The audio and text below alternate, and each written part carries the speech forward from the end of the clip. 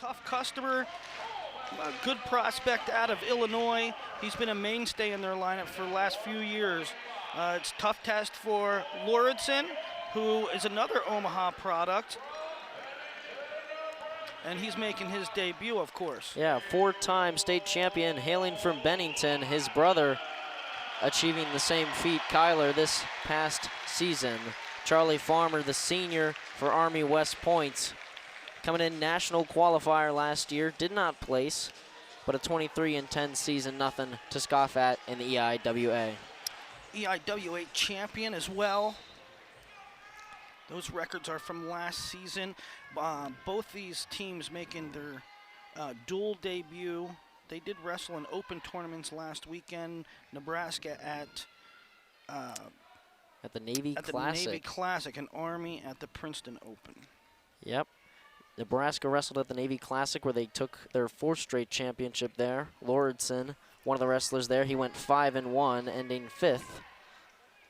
So he's stuck in the front head. Ended the day with 6 takedowns on that day, and a win over number 26, Des Pleasant of Drexel.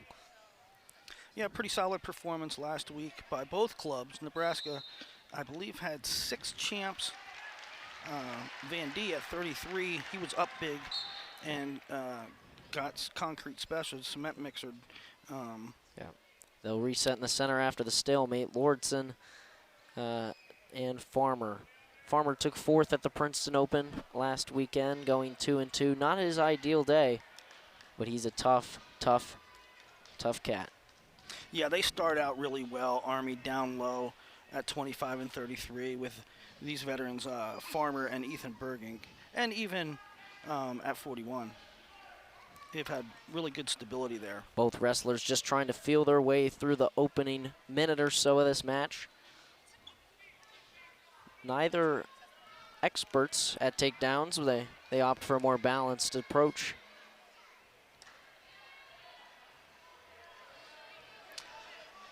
Nebraska had basically a revolving door there for a few years at 125 till Caleb Smith came in as transfer from App State and held down the spot for a couple years. It was a nice exchange. Nice counter by Lauritsen. Lauritsen besting his teammate Alan Kohler in the wrestle-offs. Yeah, Nebraska brought in 2 really good prospects to prepare for when this Caleb Smith graduated. There's Shot a nice by Farmer. Wrap arm. Gets the back ankle. Lauritsen will try and step behind him. Won't go. 45 seconds remaining in the first period. Farmer will bring him up. Roll try by Lauritsen. He gets to his back feet. He's gonna try to kick out of that. There he comes up. Nothing yet. Gotta try and get back around, get that leg loose.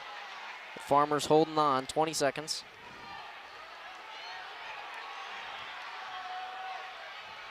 This looks like it might get stalemated. Good opportunity for both guys. Farmer's improving.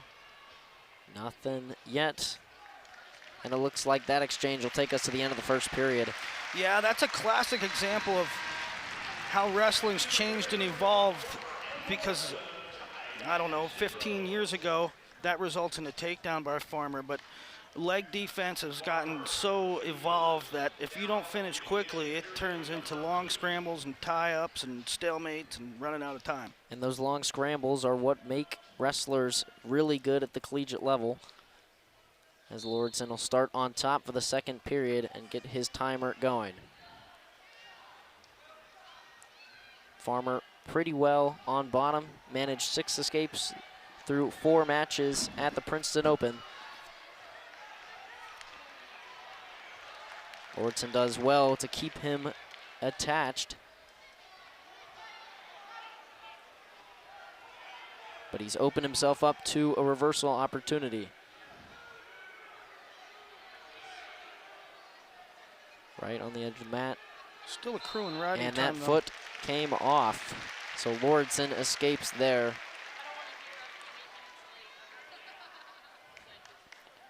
Still collecting his riding time. They did not give up. They did not call that an escape or loss of control. That's interesting, to say the least. And again, a good point. Riding time, he'll go back on top and keep that riding time ticking. Return attempt from Lauritsen stifled. You know, as Nebraska. There goes Farmer. Nebraska's been really well done really well the last 10, 20 years, you know, including podium finish last year.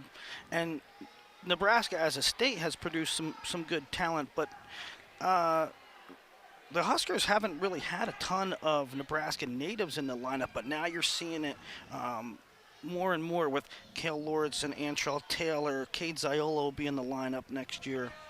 They're doing some really good clubs in the Omaha area especially. Still trying to feel each other out. Kind of a half shot there by Farmer. May come down to first takedown wins in this kind of matchup. We'll see what Lauritsen can do on bottom. 25 seconds left. Scrapping for underhooks. Well, so far so good for Lauritsen, going up against a senior in his first year as starter. Yeah. First home duel as starter. And we'll take the end of the period at 1-0. Charlie Farmer leads Cale Lauritsen. It'll be Lauritsen's choice.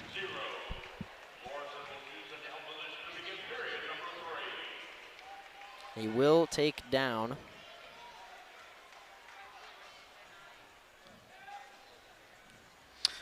Farmer can ride, so Lauritsen want to try to work out as quickly as possible. Short sits and trying to gain wrist control. He's got a decent cushion with the riding time, trying to fight hands there. Just slowly burrow back into Charlie. As he gets around to face him and stand up. Front headlocks in there, but he will get out. Big escape. So now 1-1 with a minute 30 to play. I'd like to see Lauritsen pick up the pace on offense. Seems a little stiff. Yeah, I think maybe, you know, first opening match, your first shot at home, maybe have some butterflies. Another sort of half shot leaves him down underneath Farmer.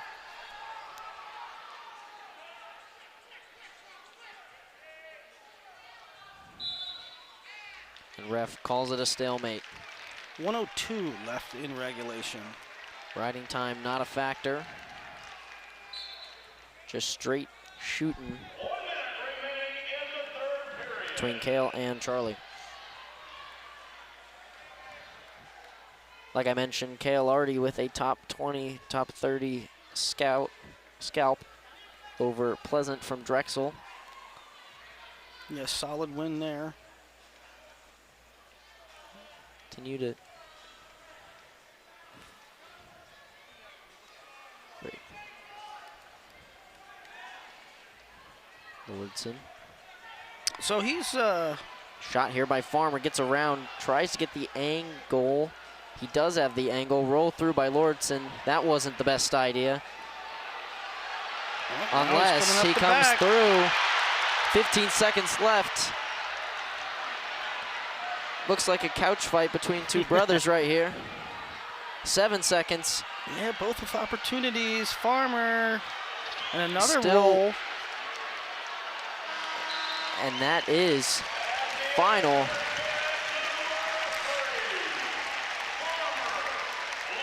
And we'll go to sudden victory overtime. First takedown wins. Yeah, Farmer's had the better shots thus far. It's been Lauritsen's kind of ankle rolls that have tied him up a little bit, but Another deep shot from Farmer. and a stall warning on Lauritsen. Trying to get back and his head out right there. Farmer in great position here. Needs to just progress through this move. He should be in solid shape to get the takedown. And there it is. Yep. 3, and Farmer takes down Cale Lauritsen 4-1 in sudden victory to put the Army West Point Knights up 3-0. Good win for Charlie Farmer. Good fight by Lauritsen, who hung around, pushed the senior to overtime. And we move into 133 pounds for Army. Ethan Bergink and Nebraska Jacob Van D. Two former Pennsylvania natives here. Bergink had a really solid start to his career. And Van D, of course, broke through last year in a big way, getting onto the podium. Yeah, Bergink, a three-time NCAA qualifier, once at 133 last year and twice at 125. Jacob Van D qualifying last year and ending up on the podium in Pennsylvania. Van D 3-1 to start the season as he gets in on a deep shot there. Trying to shelf. Yeah, good aggressiveness right off the bat. Something we didn't see with Lauritsen. And you hope maybe for Lauritsen, you get those jitters out and become a little bit more offensive going forward. Van D brings it up. Trying to get around that whizzer. Van D's flying around. Yeah, he's And not risk averse. He'll settle for a reset. Good movement from Van D out of Bergink's shot. Great shot by Bergink. Yeah, you like the activity from both guys early.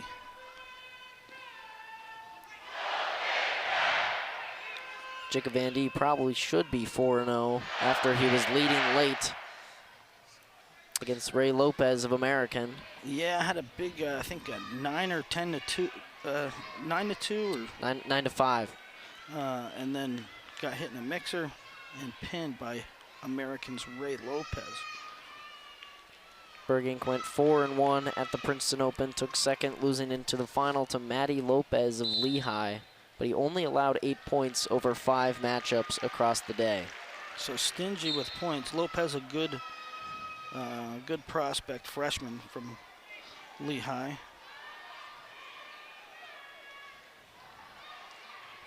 Another tie-up from both of them. So that's why you see Van D down at number 11. If you see Intermat's rankings, you see him down at 11. You say, well, he's a returning All-American. Why is he that low? That's a result of that loss last week. I think he was 6 or 7 before that. 2 minutes of feeling each other out, and it's 1 minute till the end of the period. Gotta appreciate Army, though, don't you? Really tough. College wrestling is insanely complicated and time-consuming, and then you do that on top of your commitments at the military academy, and you come on the road first weekend, second weekend of the year to face the returning national runners-up. Ankle pick shot. Can't finish it directly. He'll have to try the end around. It's a really good job by him trying to control that far hip. Great defense from Bergink. He looked dead to rights there. Yep, he only got 7 seconds to try to finish this. Looks like Van D will opt to just take it to the second round. Zeros across the board. So 2 deep shots from Van D in the first period, both countered expertly by Ethan Bergink. Let's see if Van D commits to a ride here. Switch attempt off the whistle by Bergink, countered. Nebraska, as a program, usually preaches. They preach ride, ride, ride. They're pretty committed. He's in a good position working that left arm. Ref's telling Bergink to get moving down there. Here's a tilt from Van D. He's getting back points. They'll roll through. Return as well, so he collects 3 near fall and it keeps the riding time going. Beautiful chain wrestling by Van D. Roll through tilt. And then right to a back trip. Bergink really did a good job of getting out of that tilt and to his feet. You don't see that often. But Vandy was ready for it. Vandy was one step ahead. And with that, there's his minute of riding time in the pocket. He's going back to that cross wrist tilt. Now a leg in. He'll try his hands at some leg work on the edge of the mat. I was talking with Ridge Lovett. You see that leg go in there. I was talking to Ridge Lovett yesterday, and I told him he was one of the guys. I don't think I've ever seen a guy make it look so easy as getting a leg in as Ridge would do it. It was just so smooth. They reset after stumbling out of bounds and broken down again by Vandy. A lot of riding time now, almost at a minute and a half. He's working that back wrist again, looking to slip in a bar with 25 seconds to go. Crowd sees it. That bar's there. Looking that bar or that tilt. Yeah, you could go either way from there. He's got 10 seconds to work if he wants to make it work. Great crowd defense is by ready for Bergink. something big, aren't they? The crowd just chomping at the bit Yeah, for they're something big. chomping, but it won't come in the second period. Bergink survives. So 2 minutes of riding time for Vandy, along with his 3 near fall.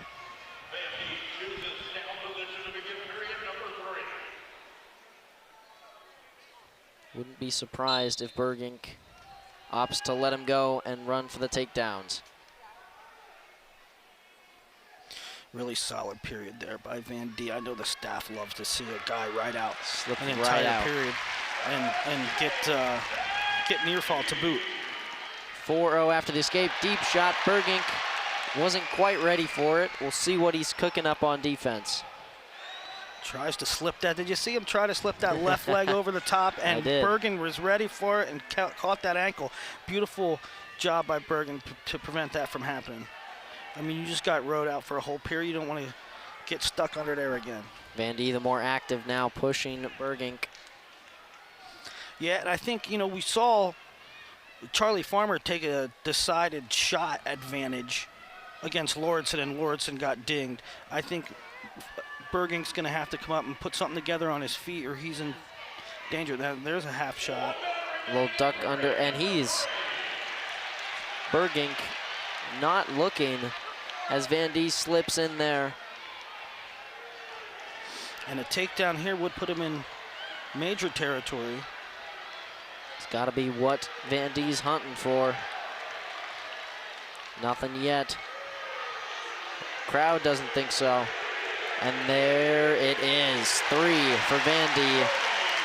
And that puts it, as it stands, at an 8-0 major decision with riding time. Riding time is locked. Let's see if Vandy goes back. Head lever now. Going back to that far wrist. 20 Could be seconds to hunting work. for a pin like at the end of the last period.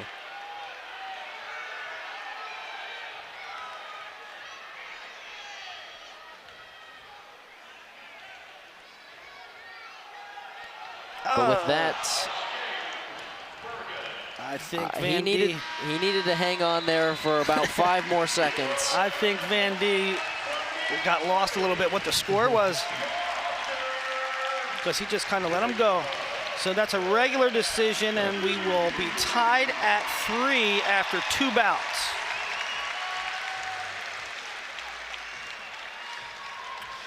We'll have a brief intermission here before 141.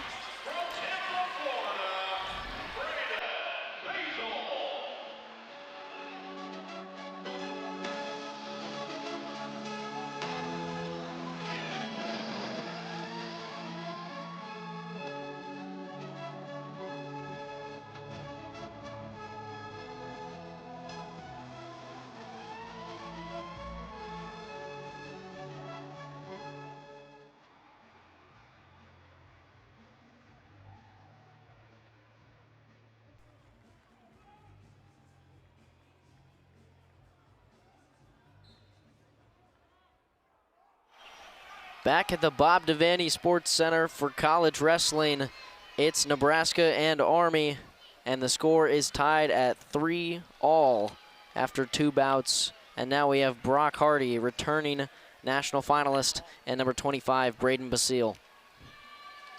Basile, a good prospect coming out of Florida. Tampa Jesuit High School. Brock Hardy, also an excellent prospect coming out. Brigham City, Utah. Different sides of the country coming together on one mat in Lincoln, Nebraska. Brock 4-0 on the day at the Navy Classic. Took home his championship with a win over ranked 15th Chapel of Bucknell. Yeah, Chapel, tough customer. Just a 1 takedown match there for Hardy, who had an excellent year last year.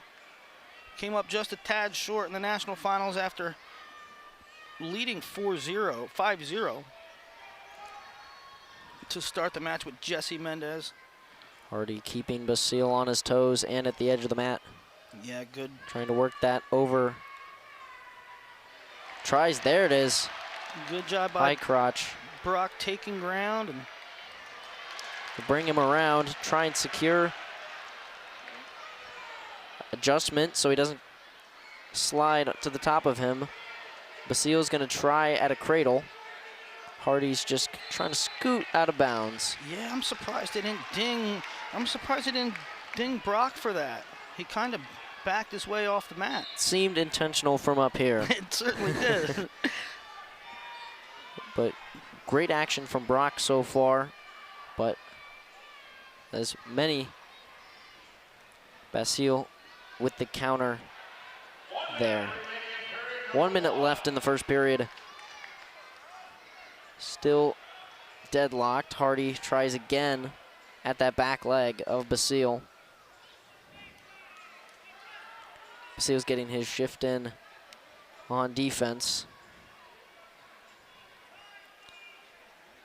Basile ended his Princeton Open 4-1, second place with a final loss to Griffin of Ryder. Shot from Brock stepped out of.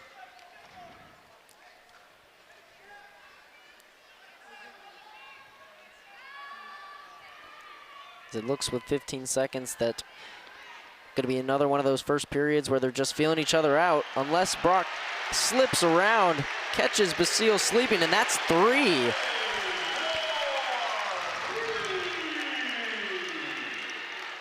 Great work by Brock with short time. Gets a takedown, ride out right at the end of the buzzer, right at the end of the period. Pretty good period by him. He was in deep a couple times. And he just caught Basile lacking at the end of the period, and he'll start on bottom. Back trip to start.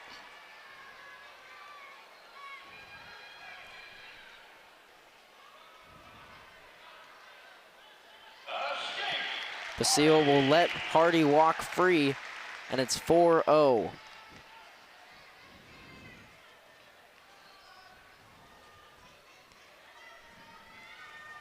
Brock's got 9 takedowns on the year so far, 10 including the one from the first period. He's no stranger to the standing game. Neither is Basile, 13 takedowns in the Princeton Open. So I'm expecting a little more action to come.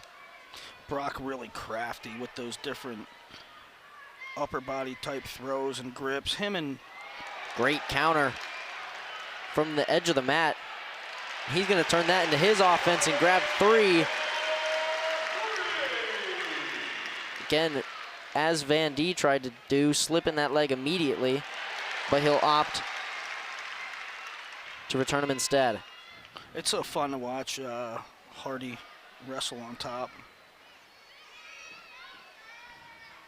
He's a little bit crazy too. You never, he'll try some stuff, some unconventional stuff. Basile will walk, and it's 7-1 Brock Hardy.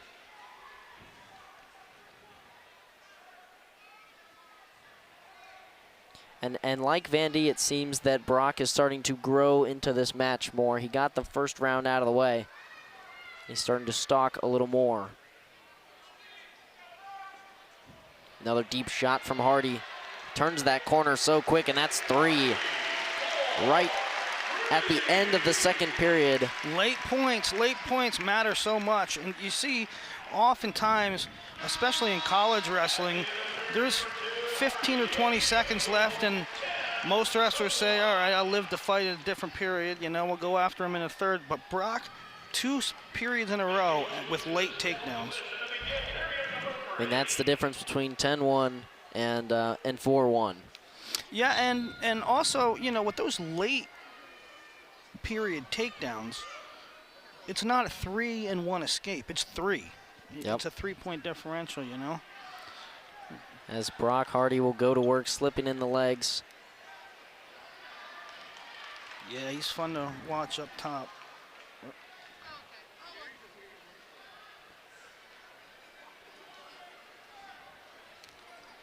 Basile got to work up here. Tight waist by Brock Hardy Brock Hardy at 91 career victories for the Huskers. Is that right? Yep, he's closing in on 100. And this would go well on its way. Sticks him. Oh. Thought he had him. But he'll grab 4 near fall to make it 14-1, 15 plus the riding time. He's going to kick him loose. And he's going to hunt for the tech fall. You know, 100 wins in this day and age is a little bit more impressive. It doesn't happen too often anymore. Deep shot there from Brock. And it seems like Basile is fine to just let that one go. That's a tech fall. Brock Hardy racking up 18-2, the final score. And a fan favorite. Wrestling is fun, right, Brock Hardy? That makes the team score 8-3. Oh, I don't even want to start thinking about it, but Huskers are going to miss that guy. I feel like it's going to be a similar feeling to the way Ridge Lovett left. Yeah. And speaking of Ridge Lovett, this was his weight. Coming in for the Huskers, obviously they have that transfer from Cal Poly, Chance Lamer. He took victory at the Princeton Open, but he cannot compete until January. So true freshman Nikade Zinkin steps in. He's a California state champ, 3-time placer, and a number 7 prospect, taking on Ryan Franco. Yeah, out of Clovis, California, one of the best high school programs for, good Lord, 20, 30, 40 years. Just a phenomenal program that always develops Division I talent, and Zinkin's the latest one. He's going to get his matches here early on in his freshman year, taking on Ryan Franco, the senior. You know, that whole area, it's a quick geography lesson, but that whole Clovis area is really, really good. You got Clovis, Buchanan, and Ryan Franco. Where is he from? Clovis North. So you got 2 guys that lived about 10 minutes away wrestling each other here in Lincoln, Nebraska. They both find their way to Nebraska. Zinkin, another wrestler that could be feeling the nerves, similar to how Lauritsen felt. Didn't have a great outing at the Navy Classic, ended up 1-2, but he took number 26, Caden Cassidy, from George Mason to a 5-3 loss. So he can hang in there at the higher levels. I think he's just got to settle in. Throw, toss, attempt by Franco. Zinkin gonna step through. I don't know who's on top. Nobody. Wow, what an exchange. I think everybody on both sides of the bench, their hearts went through their chest. I think I saw a slight smile from Zinkin. They'll reset.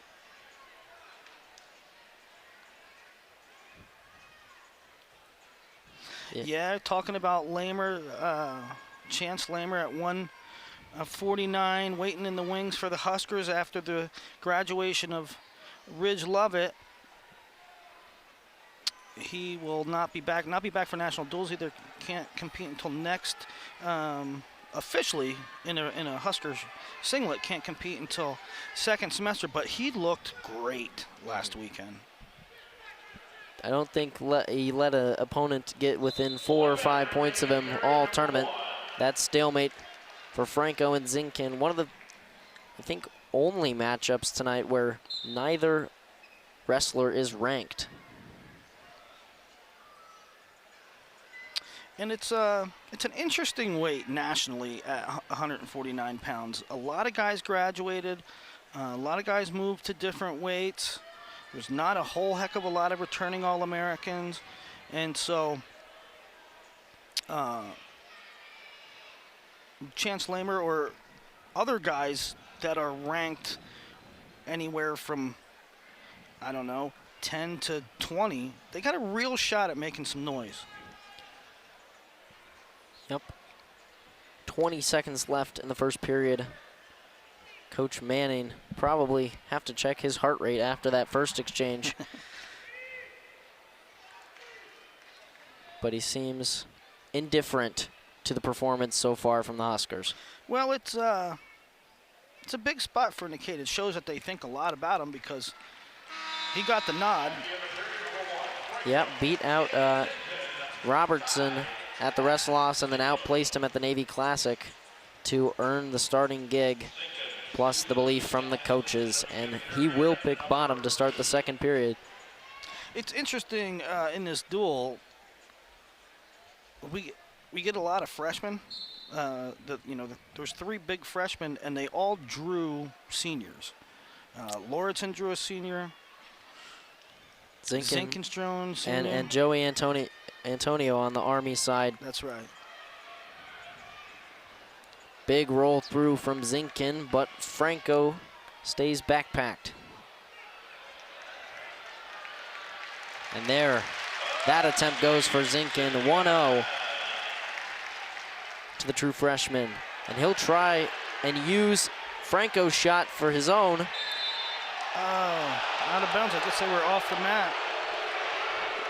And the rest of the arena didn't like that one. Really nice drag from Zinkin, though. He had a great career, but his senior year was really good. Notably, he beat Joey Toscano, who was a top 3 guy in the country. Beat him 6 times. In 6 matches, he beat him 6 times. Wow. You say they say it's hard to beat a guy twice, right. Maybe 3 times, 6 times for Zinkin. He's a Toscano, really tough competitor. He's a senior in high school now. Cornell recruit. Another prestigious program that was once in the EIWA. Now I think competes in the Ivy. In the Ivies, yep. Shot from Franco. Great sprawl from Zinkin. Puts them right back where they started. That's a good sign from Franco. Letting it fly a little bit. Test Zinkin out there.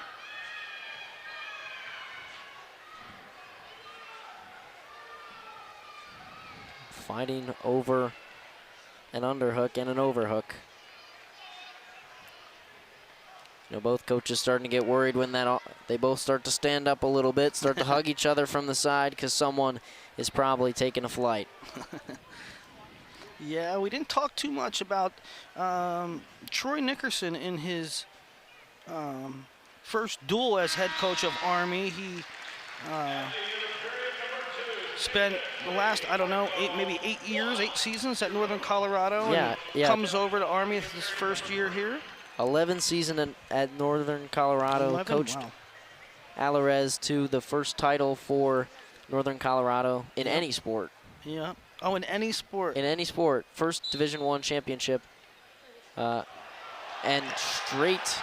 Oh, no count. There wasn't even a 1 count there. As they will still cycle through Zinkin, trying to keep control, but he will give it up. Shot there by Franco. Great job by Franco on that recovery. Not only got out of trouble on his back, but... There's the throw. Not gonna go for Franco. Still nothing. And Franco's arms laced in there, and that's why.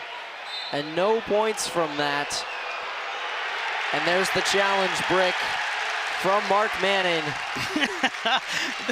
Listen, I don't think he's going to win this challenge, and the fans at home are going to make jokes because they know that Mark Manning loves to throw the challenge brick, but I don't think he's going to win this one. Franco's arm was stuck in there. Yep. Mentioned that both should be on the lookout for the throw, and there it came. Not a bad throw, but it was a good counter by Zinkin. Just needed to beat that arm around the corner, and I don't know if they're going to give him that. Now, see here, his arm stayed there the whole time, laced between each other's bodies. And, I mean, if they're going to see the same thing they saw, so if they didn't think it was a takedown on the mat, I don't think that video is going to change their mind, but I could be wrong. Manning giving some coaching to the moldable young mind.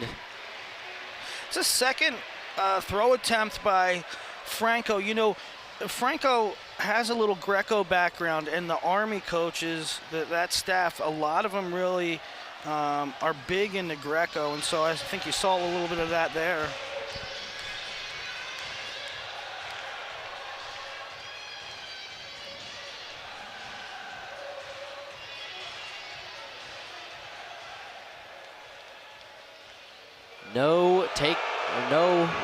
No points.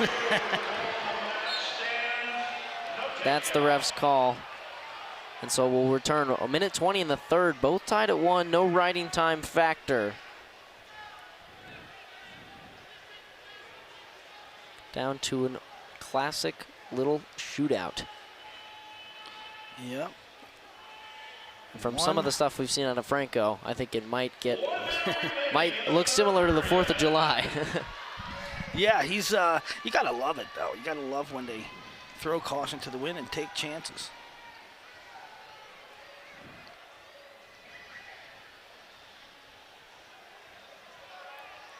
Something we saw with Lordson and now with Zinkin, just a little hesitation on the shots, not maybe passing up some opportunities because they're not quite comfortable wrestling on the big wide end. Well, you know, for Zinkin too, as you watch, and he's breaking ties, right? He's breaking ties. He's shooting from space. And he'll run it there. Tries to bring him up now. On the edge. Still nothing. What a scramble by 10 Franco. seconds. 10 seconds. Limp arm that young fella. We're gonna get our more time. Nothing for either of them.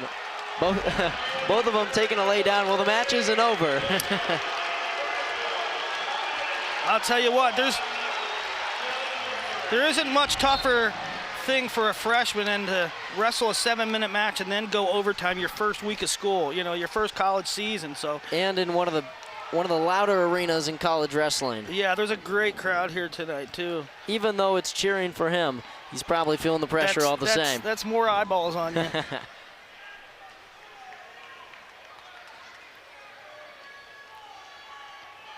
But I was saying, again, about the freshman stuff, one of the most difficult things in there is super duck.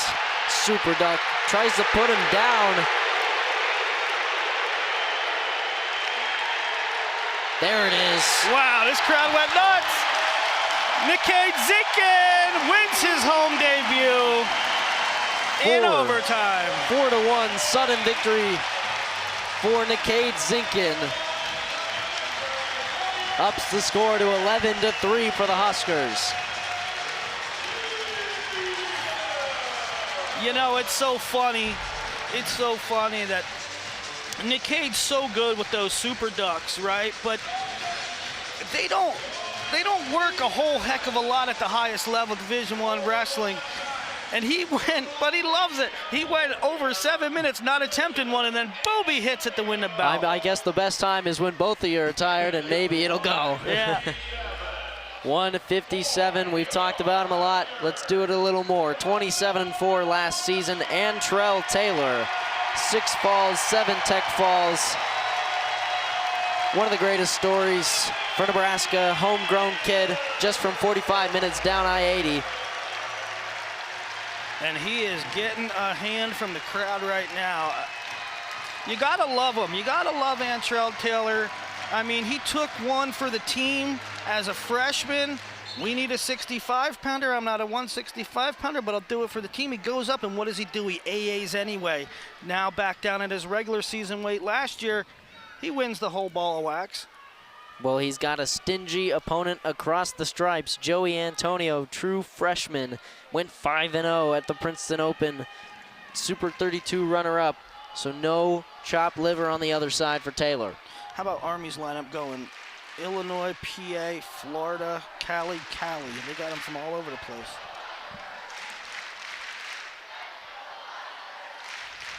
Taylor wrestling from the knee. First time we've seen that out of anyone tonight.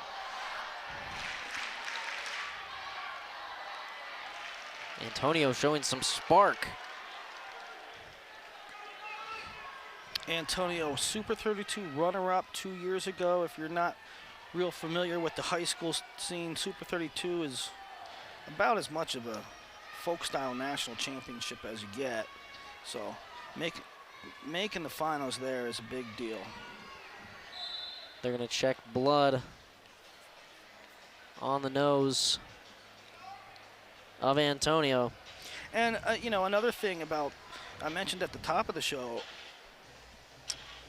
Army doing such a great job recruiting. I mean, they're getting Super 32 finalists. At a service academy at a for wrestling. service academy. That's big. Next year, they have a incoming freshman from California that made the world team, the U17 world team. That you don't often see the Fargo champs, the Super 32 finalists, the cadet world teamers go to a service academy. So they're doing a really great job attracting talent.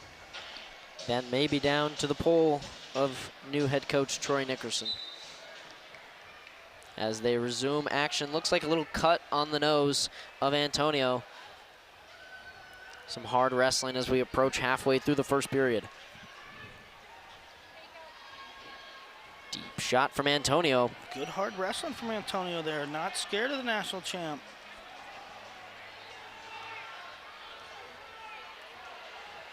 Great there by Taylor to get some leverage, but he still got that arm stuck in.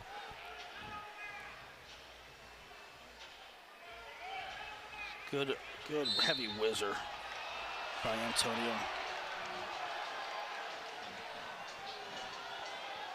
Trying to see if they called that out or if that was a stalemate. Or maybe more blood time.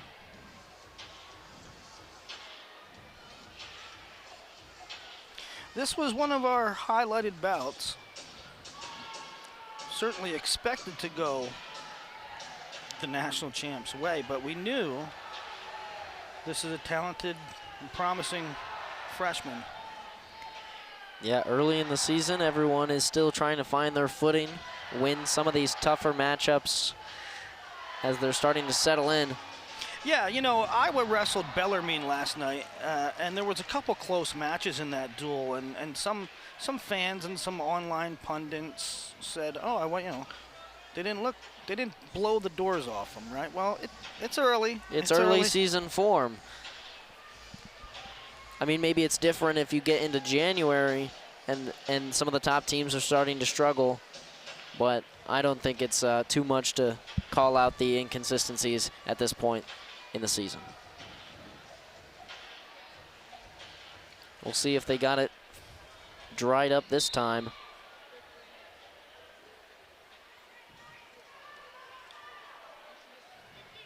Now both guys down on a knee. Antonio matching Antrell Taylor's style a little bit. I like what Antonio got going on right now. I mean, he is not giving up ground. Deep shot from Taylor. Straight through. Jumping around. I don't think Antonio knew where he was at on that, but he did well to counter it anyway. He kept fighting through that position. Body lock. Antrell's so good here. And he's just going to fall on top of him. He's so and good finally there. get the takedown. And earlier when I said about the Omaha clubs and the development of the more top-tier Nebraska in-state products, they also do a really good job with Greco and international styles, Greco and folk style, and Trelly's been good from that position for years. Of course, won, I think it was double titles. He definitely won Fargo freestyle at the cadet level. So he'll end the first period up 3-0. Another late period takedown like we saw with Brock Hardy. Yep. Some of that experience maybe starting to show through a little bit. Big points, and Joey Antonio had a really good period. He stuck with him. Yeah, and he even made it tough, that takedown. Doesn't take long for Antrell to get back to his feet. The toughest thing for these freshmen, hand fighting, you can do all the wrestling you want in high school, but the hand fight is a different level when you get to college. Riding and wrestling through positions, not stopping. You know, in high school, at lower levels, it's more, I do a move and it's stopped and we reset and we can, we go back to it. College, you got to wrestle through 3-4 positions. And then you can take a break and then go through 3-4 yeah, 4 more. Yeah, Antrell sort of got him on that exchange. Antonio got in on a deep shot there and ran him out of bounds.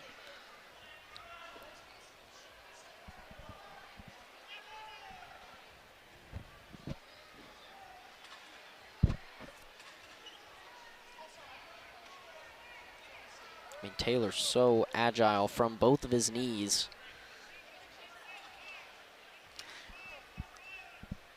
Yeah, he is. He's a really great athlete. He's a really high IQ wrestler too. Great shot attempt there from Antonio. Another one.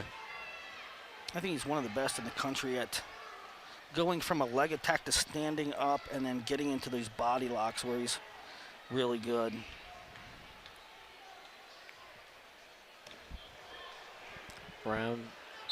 They will head out around 33 seconds left in the second period.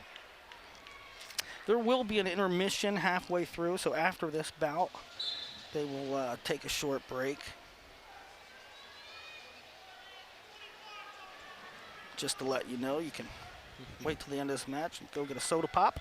Yeah, wait to queue up the snacks in the bathroom break until the third period of Taylor Antonio.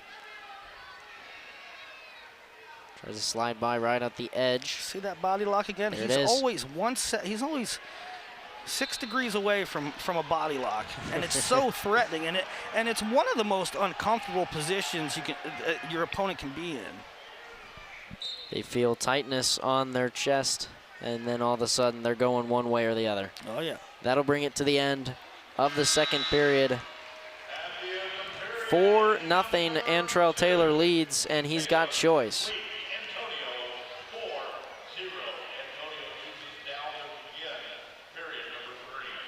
He will opt to go top. Sorry, Antonio's choice. Good job, Antonio, getting to his feet. There's that slam down from Antrell. So good from there. I stunk at mat returns when there it is. It's a I can relate to that. mat returns in college are so important. They not only keep you on top and you don't give up a point, but you keep accumulating that riding time, and it's deflating when you get to your feet and get mat returned. Get to your feet and get mat returned. Such a critical skill. Especially because at the high school level, you see mat returns that the bottom guy ends up on their knees. Yeah. At the college level, you see much less of that, where you're going straight from standing straight to horizontal. Yeah. He's got his riding time, so it's effectively 5-0 Antrell.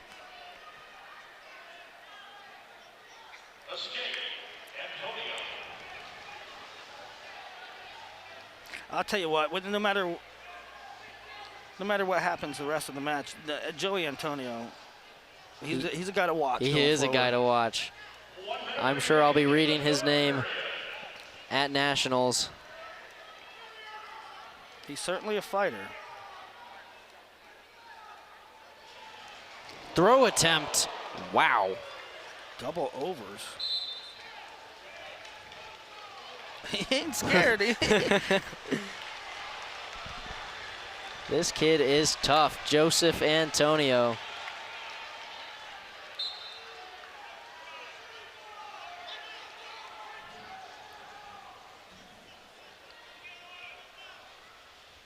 Might have Taylor on a little bit of an edge. Maybe not.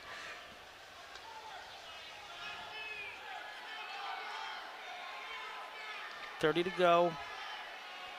See how Antrell finishes this match off. Good shot. Stalling call on Taylor with 15 to go. See how he gets to that body lock so easy. It's like clockwork. Got to be careful of the throw, though. Here it comes. And Taylor fights right through it. No points, no points. 5.7 left. I think at that point, Taylor kind of knew the shots weren't going to come, but maybe the throw was. So great defense there.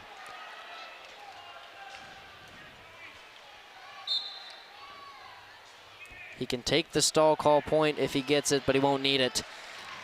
5-1. 5-1 with the riding time. Antrell Taylor takes down the budding young freshman Joseph Antonio. Through 5 matches, it'll be 14-3. We'll have a brief intermission and we'll come back with the rest of the matches on Big Ten Plus. LJ Araju against Gunnar Filipowicz to start us off. We'll be back in a little bit.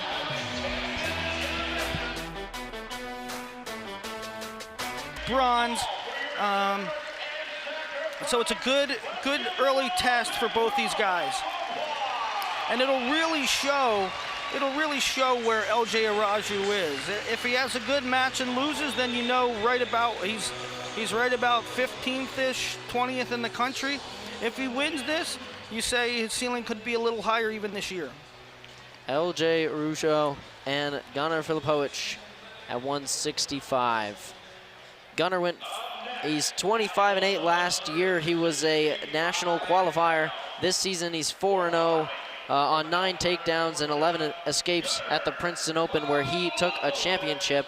And it was a similar story over at the Navy Classic. 4-0 for LJ Araju, the redshirt freshman, taking down all his comp, including a ranked victory over Ethan Mogg of George Mason in the quarterfinals.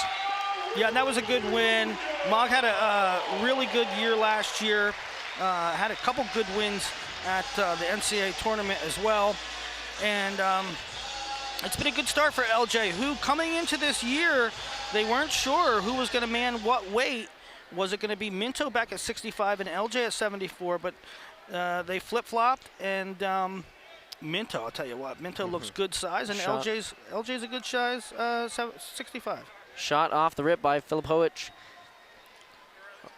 LJ doing well so far to counter into a stalemate. Shot almost seemed before the whistle even blew. Yeah, you like to see that. Uh-oh. Oh, we don't like to see You this, don't like though. to see that. Especially this early in the season. Hopefully it's just a cramp. You know, some of these kids that are down to weight the first couple weeks cut a bunch of water, and it looks like that's what it is. Let's hope that's what it is. And now, as we get to the second half of the lineup, I mean, these guys have been waiting for a while, just in their sweats, but warm-ups was a couple hours ago. Yeah. So, not surprising why there could be cramps at this stage.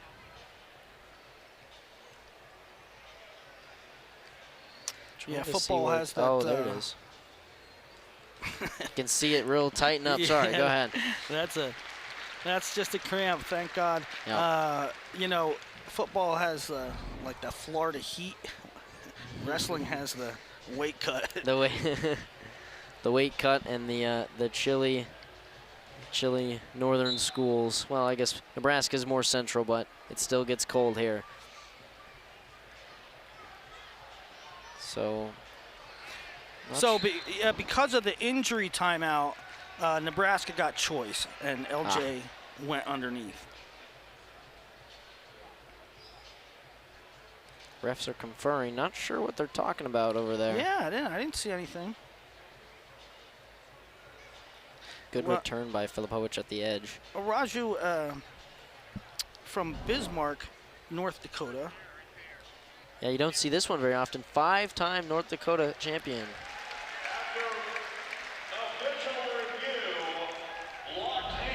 Oh, locked hands. What a weird beginning to this match. You have a penalty points for locked hands, and you get an escape because you were straight into a takedown. Big lift. Can't quite finish it. Excellent scramble, both guys. LJ just kind of like over pursued that a little too much. Now they're stuck in an interesting predicament.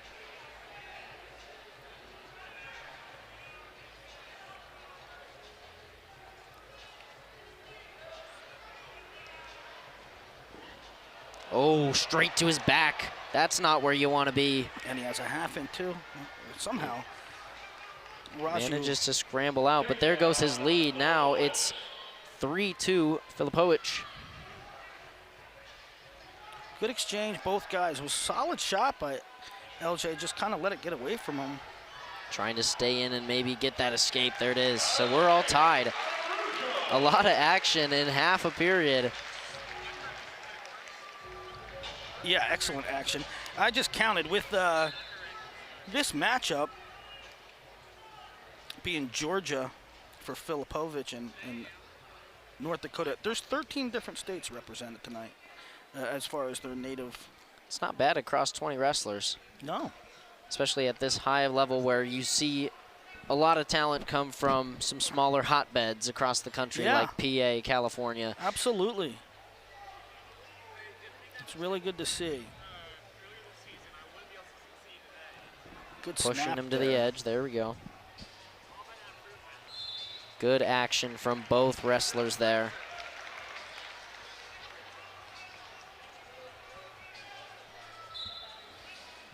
Back neutral with a minute to go. Araujo sat behind. There were a lot of guys in front of him last year. Sat behind Lenny Pinto. Pinto's gone off, I think, to Rutgers to finish out his career. Yes, sir. Great shot. Roll through was, Nice leg attack again by Raju. He opted to go under there when could have gone over and maybe secured that takedown. But instead, Filipovich will continue to fight off. Very athletic position here. 20 seconds to work. He's getting height on it. He's got it. Bring him back to the center. And now it's got it. Filipovich. He had about a second more in that position. Yeah, maybe half a second.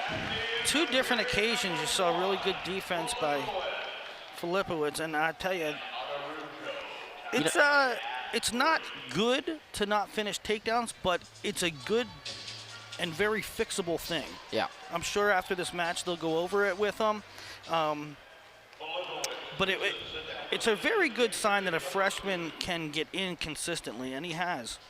And like you mentioned at the start, this match was probably going to kind of determine where Araujo hangs around in that top echelon, and they look very evenly matched. Yeah. The 16th and the 22 ranked Intermat wrestlers.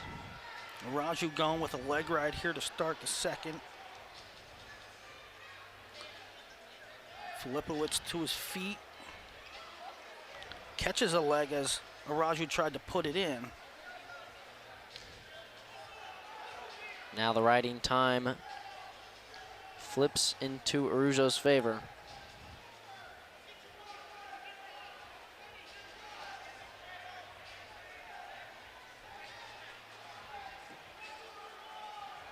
He's got his leg.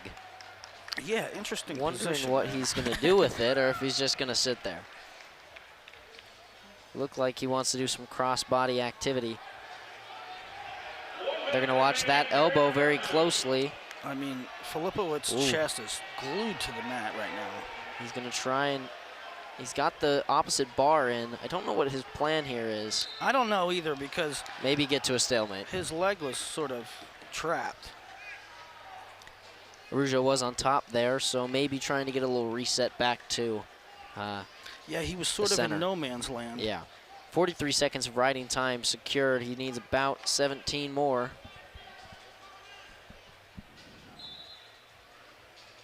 Try those legs again. Yeah, right off the whistle.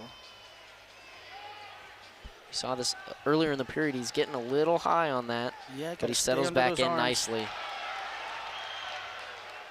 And with that, he's got his riding time point for now. There's a whole nother period.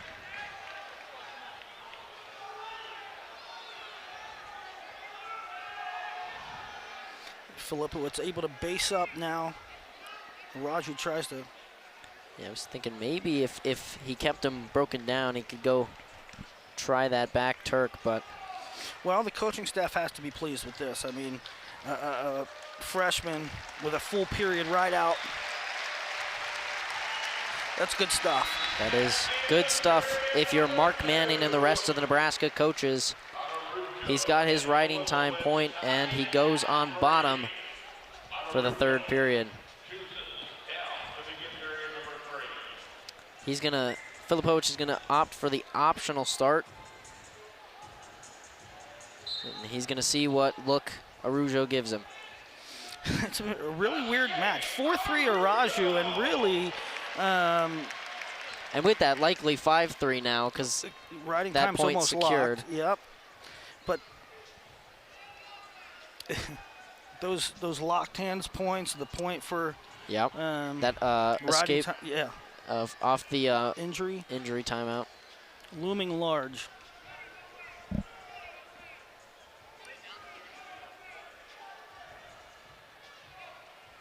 These two stances much different than what we just saw at 157, where both wrestlers were scraping around at their knees. I guess more a traditional wrestling match.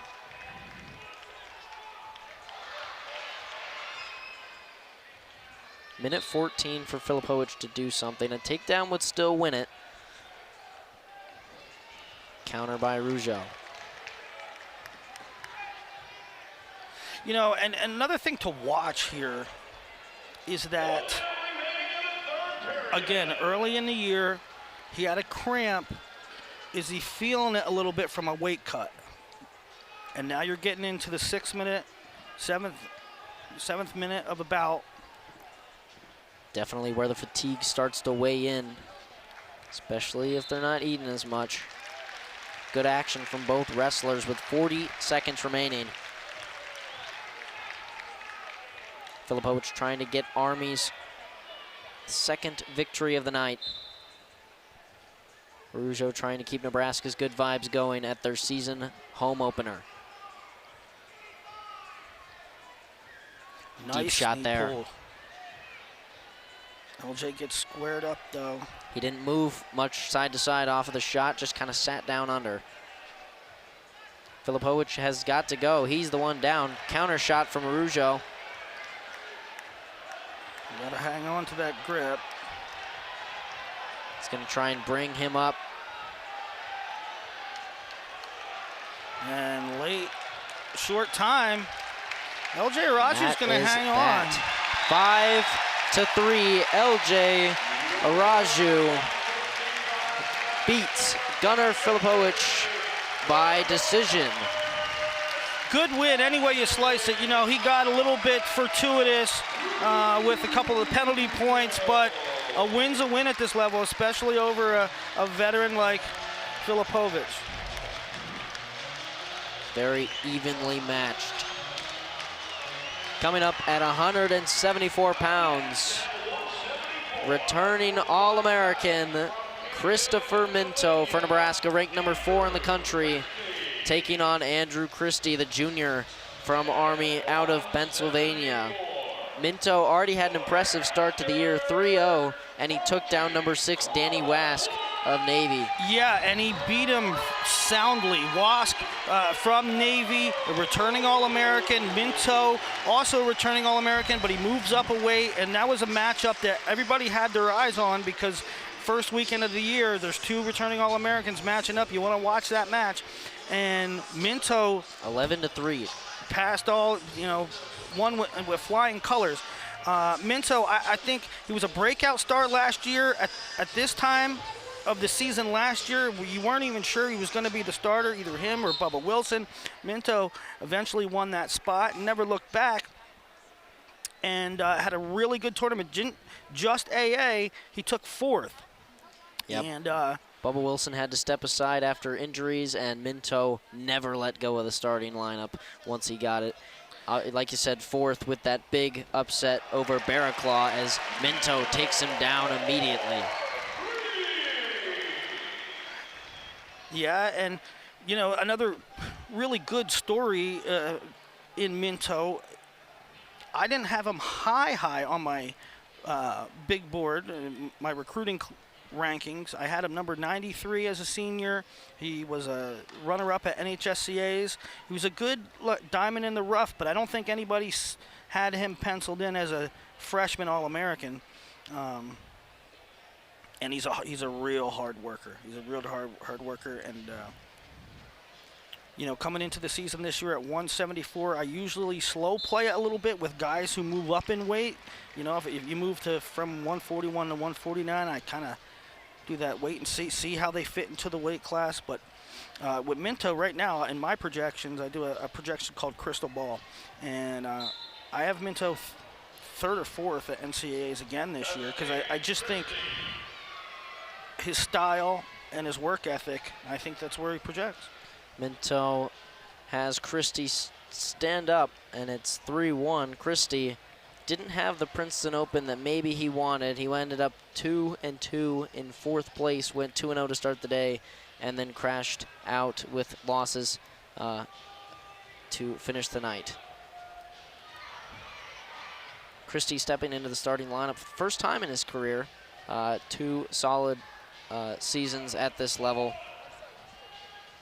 going to open tournaments and competing when he can, but he's got a tough ask.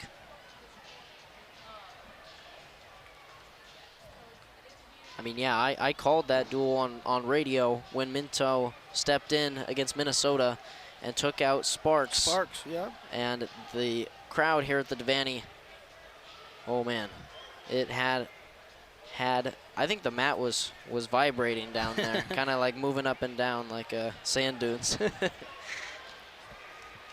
As after the early takedown, it's kind of quieted down. Minto goes and gets another one. Shows his hands.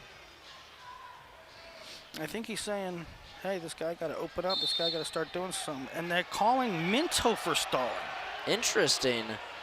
Minto trying to tell the ref that Christie isn't doing a whole lot on bottom, but instead he gets the stall call. Yeah.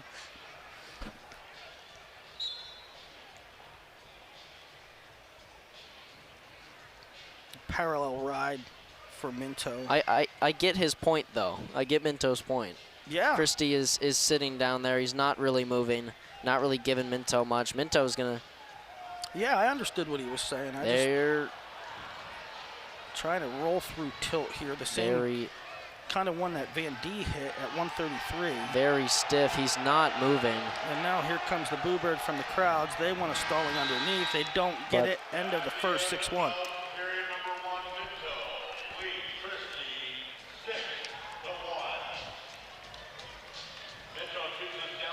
Attendance here at Bob Devaney getting around 4,500, which is not bad for a non-con season opener. Yeah, and especially, during football. It's such a football town, right? Yeah. You can fit around 13,000 people in here. The record they set last year against Penn State, 6,736 odd Nebraskans. Could see it getting broken with the amount of hype that's come back around this team. Yeah, especially you get into some of those Big Ten dual meets in January, February, where all the football players, Oklahoma State as well. yep, all the football fans have fully transitioned to wrestling mode, and It's getting a little bit chippy. Well, maybe not. I can't tell their looks. They're very stoic down there.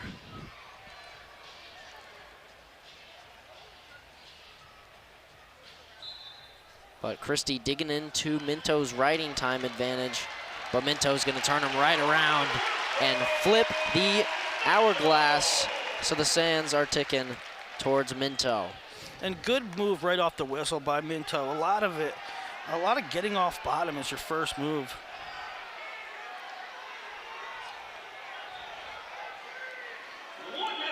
Still, Crowd's back asking for stalling. I don't think Christie's going to be very popular around Nebraska. He's up and out though now, 8-2. But now Minto's got his riding time secured, so effectively 9-2 as it stands. Did Minto bonus in all matches last week? I don't know. He in the semifinals, it took him to many overtimes to defeat number 19 Miles Tackett of Bucknell as he gets in on another one. And there it is. 3 more at the end of the period. 11-2, 12-2 to finish the second period. And the Huskers are potentially looking at big bonus points. Again, late period points, right? I mean, we've seen it Same story with Brock Hardy. a couple times. Yeah, that match with Tackett was close, that's right. It was tough because last week the Navy Classic wasn't streamed. So you couldn't go back and watch them all. Minto will opt for the O. And Christie will grab his escape. Got to think that Minto's hunting now. Yeah, with 3-point takedowns, you know, you're right. Much more incentivized to go get him. Yeah, you're right there in tech fall territory with a 8-point Deep shot lead. there. Minto's going to roll around with him. Strong. But you can tell he's strong, even I've- at 74. Even going up a weight class.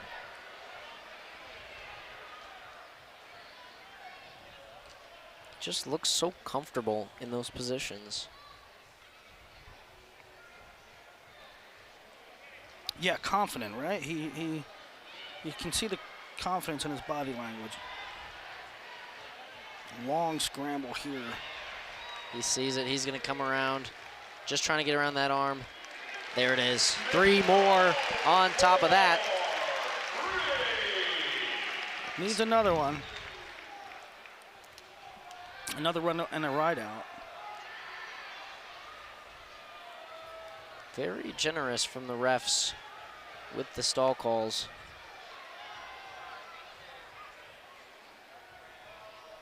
Well, I guess another one and a ride out wouldn't even do it. I think He needs turns. if Minto, I don't know. Go ahead. Maybe try it. He's looking up at the ref a lot. I think if he just went to work, maybe the ref would be more generous Yeah, with you the know, stall calls. That's well, what I'm trying to say. I think that you're onto something because when he did it before, he himself got hit. Exactly. 14-4 now. There is the stall call. Okay, now a takedown ride out would Yep. give him the tech. Christie in on a shot though. I think Minto's ready to just go put his sweats on. maybe have some water. That is the match. 16-4, major decision. With the riding time. Christopher Minto takes down Andrew Christie and continues his unbeaten campaign so far. 2 minutes and 16 seconds of riding time. To make the team score 20-3. Minto got that takedown early on in that matchup and really did not stop. At 184 for For Army, Dave Barrett, the sophomore from Massachusetts. Did not compete last year. He takes on number 6, Silas Allred, the senior for the Huskers. 23-8 last year, placed 7th at Nationals, 3-time qualifier. This year he's off to a 4-0 start with a championship at the Navy Classic, where he took out number 19, Malachi Duval of George Mason. Yeah, Silas Allred, a rather consistent performer, was blood round for 2 years, then came down to 84 last year. He made the podium. Barrett from Northfield Mount Herman High School in the Prep League. They produce some quality wrestlers up there. Barrett's tournament at the Princeton Open did not go maybe how he planned, didn't end up placing. We'll see if his luck can change around here. He's another one, he's on the younger end. Not a lot of starting experience at the Division I level. Right. In fact, just his 3rd match at the Division I level all time. Right. Meanwhile, Silas, 78-24 on his career. Another one that, depending on how his year goes, could be in and around that 100 wins club for the Huskers. Yeah, how about that? I mean, deep double. You're looking at a guy approaching 100 career matches against a guy with 3. 3 points for Silas. Very deep double there. Didn't give Barrett the opportunity to even breathe. And we'll see what Silas does on top. You know, we've seen pretty consistent effort to ride and turn out of the Huskers tonight. Yeah, through his 4 matches at the Navy Classic, managed to wrap up at least one of near fall 2, 3, and 4. So he got real productive out on the East Coast on top. Yeah, you know, and I was talking to Silas a little bit in the locker room yesterday, and in not so many words, he kind of said that counter. He's used to he's more used to making 84 now. Last year was a chore. He said at this point he's a little bit more comfortable. So crowd loved that one for Silas. Just countered off of Barrett's action and made quick work of it. He's got that bar in.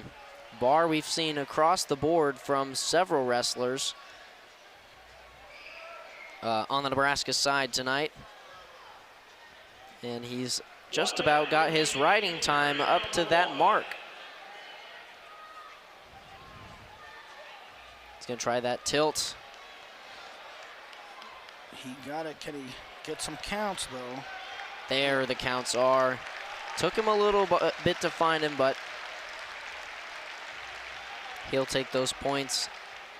Ref holding 4. Probably until he, there it is. 4 points for Silas. Just like that, 10-1. And he can go for more here. Gonna try to run the bar around the head this time. Stubborn Barrett on bottom, but Allred's going for it. The crowd believes he can get it. And that is a pin. Silas Allred, first period pin. 2 minutes 47 seconds for the fall for Silas Allred. Pushes the dual score to 27-3. Nebraska has won the last 8 bouts after Charlie Farmer opened things up for West Point at 125. I think Allred knew he kind of had many options he could have gone with, but he ends up sticking him on the bar, working under the clock to secure 6 points for the Huskers at 197 for Nebraska. Returning All-American, placed 8th at NCAA's, Camden McDaniel. He was a true freshman starter at 197 last year, and he did well to navigate the season up against number 27 in the country, Wolfgang Frabel, also a returning qualifier. Yeah, Wolfgang Frabel went to Wyoming Seminary in Kingston, PA, was coached by Scott Green there when Scott Green was at Wyoming Seminary. Now he's coached by him at West Point. Cam McDaniel, a cadet world teamer out of Ohio. Really good freshman campaign last year. Got on the podium for the Huskers. I think this is going to be a closer match than what some people think, though. Frabel's really tough. Yep. Cam McDaniel had a decent Navy Classic, but ran into a buzzsaw in the final when he came up against Max Stout from Pitt. Max Stout, a fellow returning All-American. McDaniel ended that match in a tech fall loss.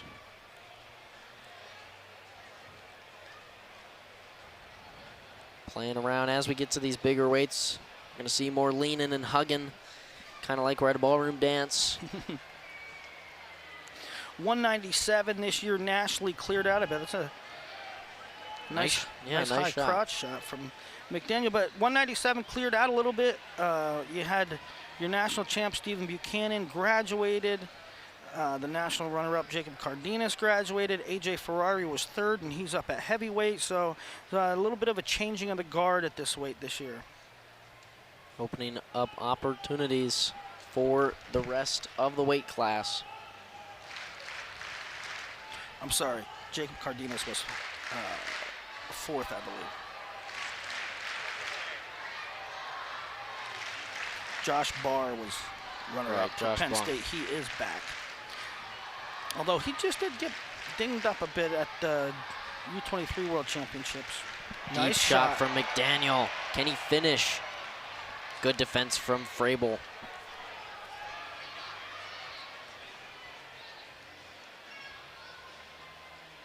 Wolfgang. It's quite a name. It is quite the name. His brother is named something similarly Nordic.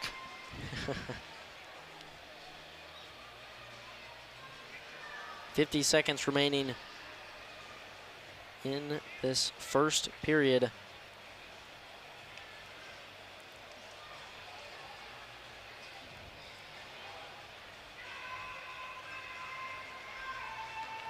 So a couple good shots by McDaniel, but can't convert on anything. Yeah, you see it more at the smaller weights and the heavier weights. A lot of those feel-out first periods that we were talking about. Yeah. And especially with two ranked guys in the country, very good at what they do. Deep shot there from McDaniel. Can he finish this one? When you get the big boys high, it usually... Great defense from Wolfgang there. McDaniel had to rush it as the clock was expiring. You usually don't like to split hands there, go diving for it, but you had to in that situation. So a lot of good stuff from McDaniel there. He had a few opportunities.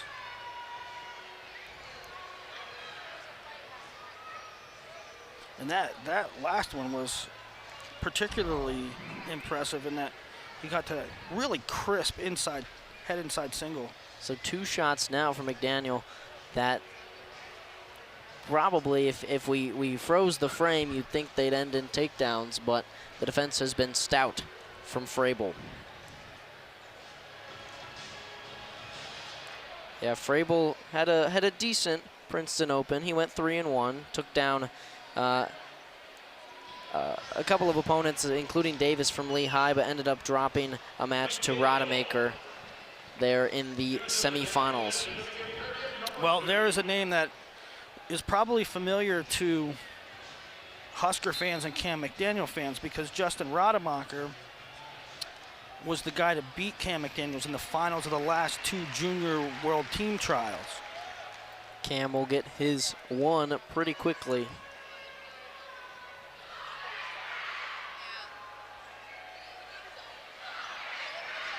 And it's back to this chess match on the feet. Our penultimate match, of course, heavyweights next with the Husker debut of AJ Ferrari against number 13, Brady Colbert.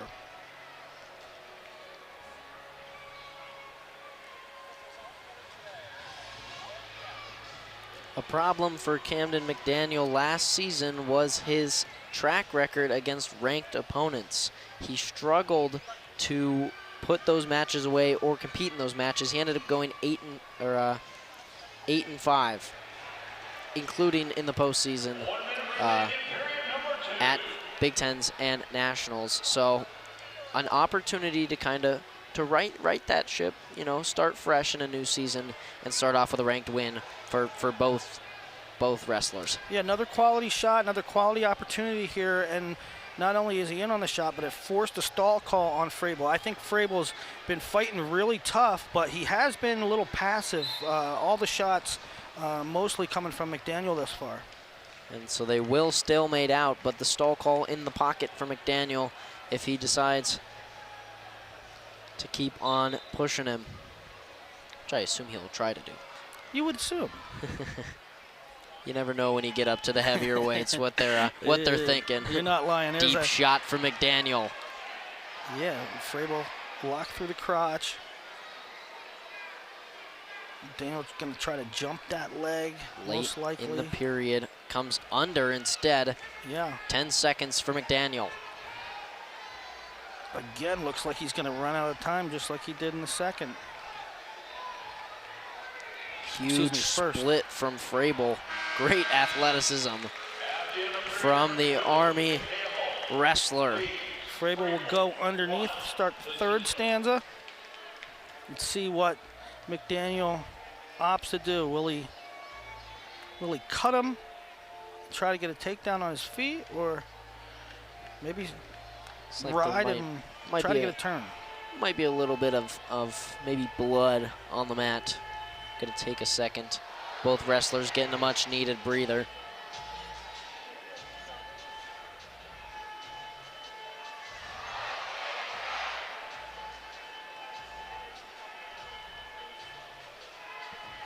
Manning and Nickerson giving words of wisdom.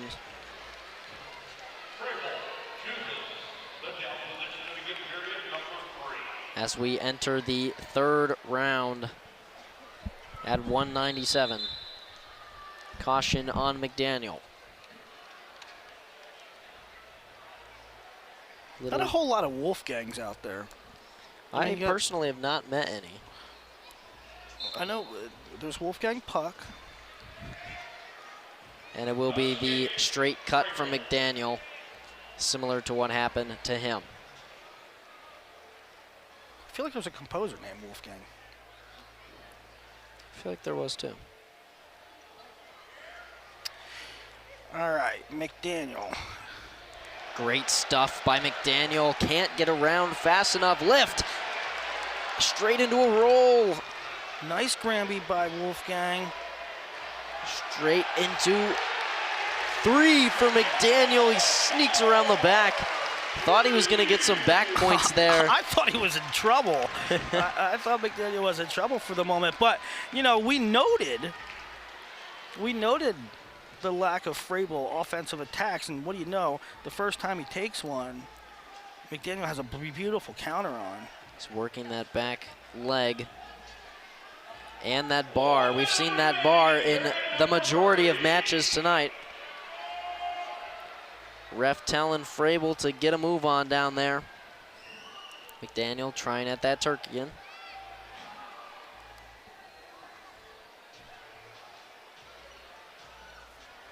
Stall call on Frable.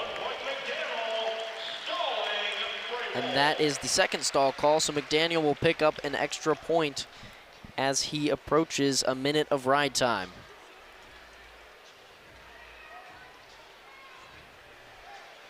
That time is secured, and this match seems to be falling away from Frable.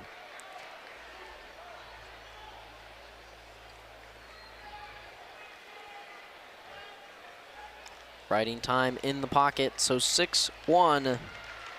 McDaniel is going to defeat number 27, Wolfgang Frable, and take 3 points from that decision and chunk it onto the total. 30-3 the score at the moment. 9 straight Husker victories since the opening match at 125 pounds. And it's been a good mix too. It's been a mix of like a dominant Brock Hardy win, a dominant Chris Minto win, but there's also been some that they had to fight through. Cam McDaniel had to find a way, right? LJ Raju had to find a way. So definitely, maybe not as lopsided as the score says, but that's an expectation when a program like Nebraska carries the number 2 next to their name, that they go get those matches done. And now at 285, making his debut for the Huskers, senior A.J. Ferrari, transferred in from Cal State Bakersfield. 21-1 last season, finished on the podium. And he takes on number 13, Brady Colbert, the sophomore. 4-0 this season, 30-8 last season, was a national qualifier. Not an easy matchup for the new Nebraskaman. no, not at all. It's going to be really interesting for the most interesting man in wrestling. A.J. Ferrari was an Uber recruit. I had him #1 prospect overall coming out his senior year against Colbert, who, a native of Virginia, had a really solid season last year, had a really good freestyle season this summer, and has a lofty ranking of number 13. And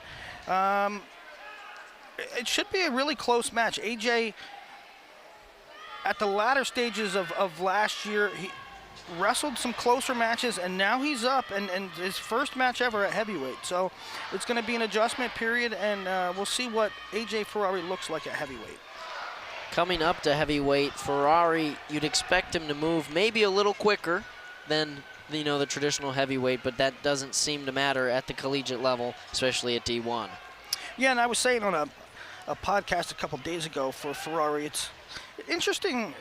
There's a lot of dynamics at play based on his size and style coming up to heavyweight, because he's a guy that for a 97 in heavyweights are very often hand fight, and AJ bucks that trend. He likes to work from space, he likes to fake low singles, he likes to level change. Yep, and 285 last season was the only spot for Nebraska with no national qualifier, and I think no All-American. That's correct.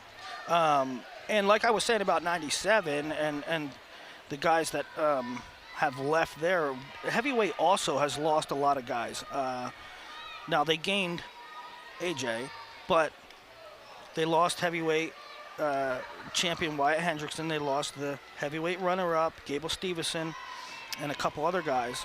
So there's a lot of changing dynamics at both weights. Shot by Ferrari, countered by Colbert, and they're still, after 2 minutes, feeling each other out, Now, one good thing that AJ is doing is he's taking ground. He's holding the center. Colbert's darn near out to the edge of the zone most of the first period here. So he's playing the game right. And the optics are good. Maybe the refs start thinking about a stall call. Yeah, the less time you spend in the middle, the more time the ref thinks about it. And maybe raises that fist, but nothing yet. 30 seconds left in the first period. See that space, see those fakes? That's not typical heavyweight behavior. And it's got to be tiring on the other side, trying to manage the fakes and see which ones are real. Half shot from Ferrari at the edge. And something that AJ has always been good at is fake, level change, shoot. That is another thing that's going to be really something to keep your eye on at heavyweight, because when you're at 97, you weigh the same, right? When you're at heavyweight, you have a whole lot of weight coming down on you. It's not as easy. You could get stuck under there. Right. Ferrari tried for a little flurry there, but the machine wasn't seem to be working. He ran out of time.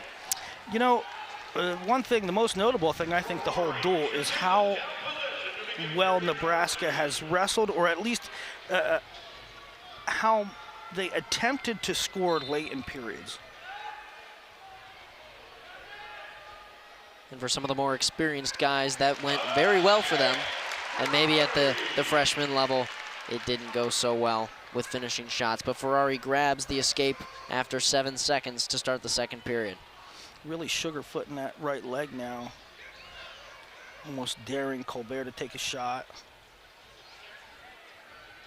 Yeah, much of this match so far has been Ferrari shooting, half shoots, fakes, doing things to test Colbert to try and get him to bite and to take a shot. But I think Colbert's game plan is something that we've seen put in effect. Just maintain your space, maintain your base, and to go and let Ferrari tire himself out. Colbert doing a better job now, holding center, using his hands a little bit better. I think Ferrari's starting to get a little bit frustrated. I think he's getting frustrated. I think he's almost getting bored.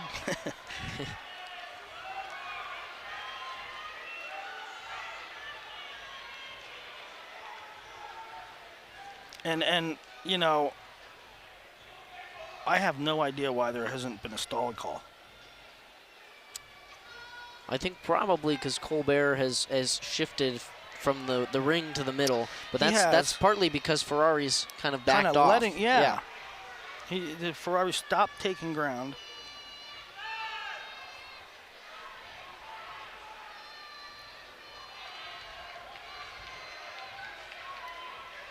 .15 seconds left in the second period, 1-0 Ferrari. One good thing, you know, I keep harping on it, but AJ, 197 is one style, and heavyweight's a totally different style, a whole new can of worms. One good thing in Ferrari's favor is that he has Tervel in his corner.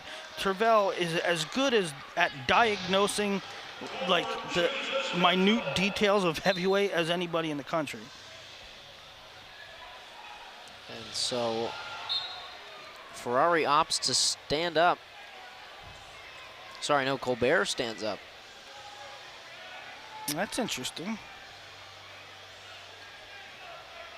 Ferrari has improved his top game and his riding ability. It's just if you're going to make that decision down 1 in the third to go for it, we better see some action. You better see the pace pick up, right? Exactly. And maybe that's what Colbert's been conserving to do, maybe a late game flurry. Yeah.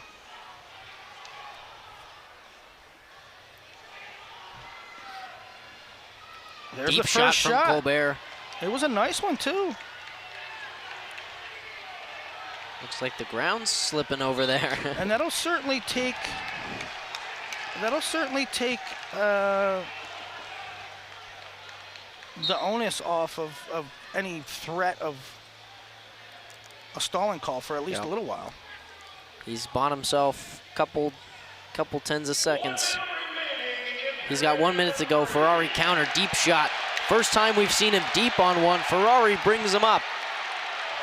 He's gonna take his time, he's got time. He wants to switch that leg to the inside though. There it is. First takedown for Ferrari, and he extends the lead 4-0.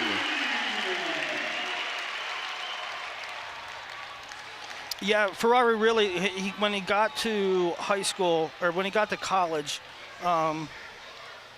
he wasn't that adept or that enthusiastic, let's say, about riding. He's really committed to getting better on top. And I'm sure that was one of the conditions of the deal, at least this summer. Coming to Nebraska, you're going to work on all your game. With 10 seconds, it seems there's the stall call for green. Colbert just inchworming his way towards the sideline, and with 5 seconds left, seems like we might know the result.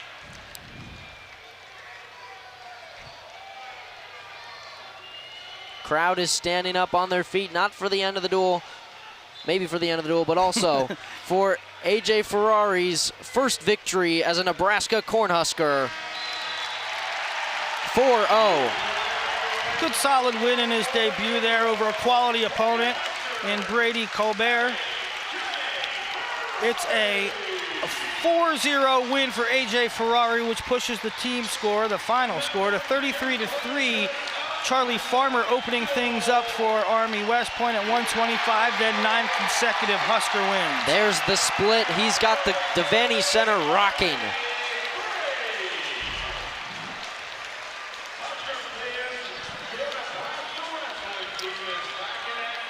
Well, a good opening dual performance for Nebraska. They win 9 of 10 bouts, fought hard in all 10, showed good ability on top, and good late match action. And I think likewise, you had to, the scoreboard's one thing, but you had to like what you saw if you're Coach Nickerson on the other side. You had your true freshman, Joey Antonio, scrap with the returning national champ. A lot of good fight out of them. Frable competed well with a returning All-American. And despite the disparity in maybe the team's rankings and some of the rankings of the wrestlers, Army did well to stick in matches that either they weren't supposed to stick in, like Antonio or maybe Colbert, and the ones that they were, and just give Nebraska a tough test to start the season. And I think that's both a good thing for both sides. Army gets to get their irons sharpened against a really good Nebraska Cornhusker squad, and Nebraska in their opening duel gets to face some adversity and make sure that they get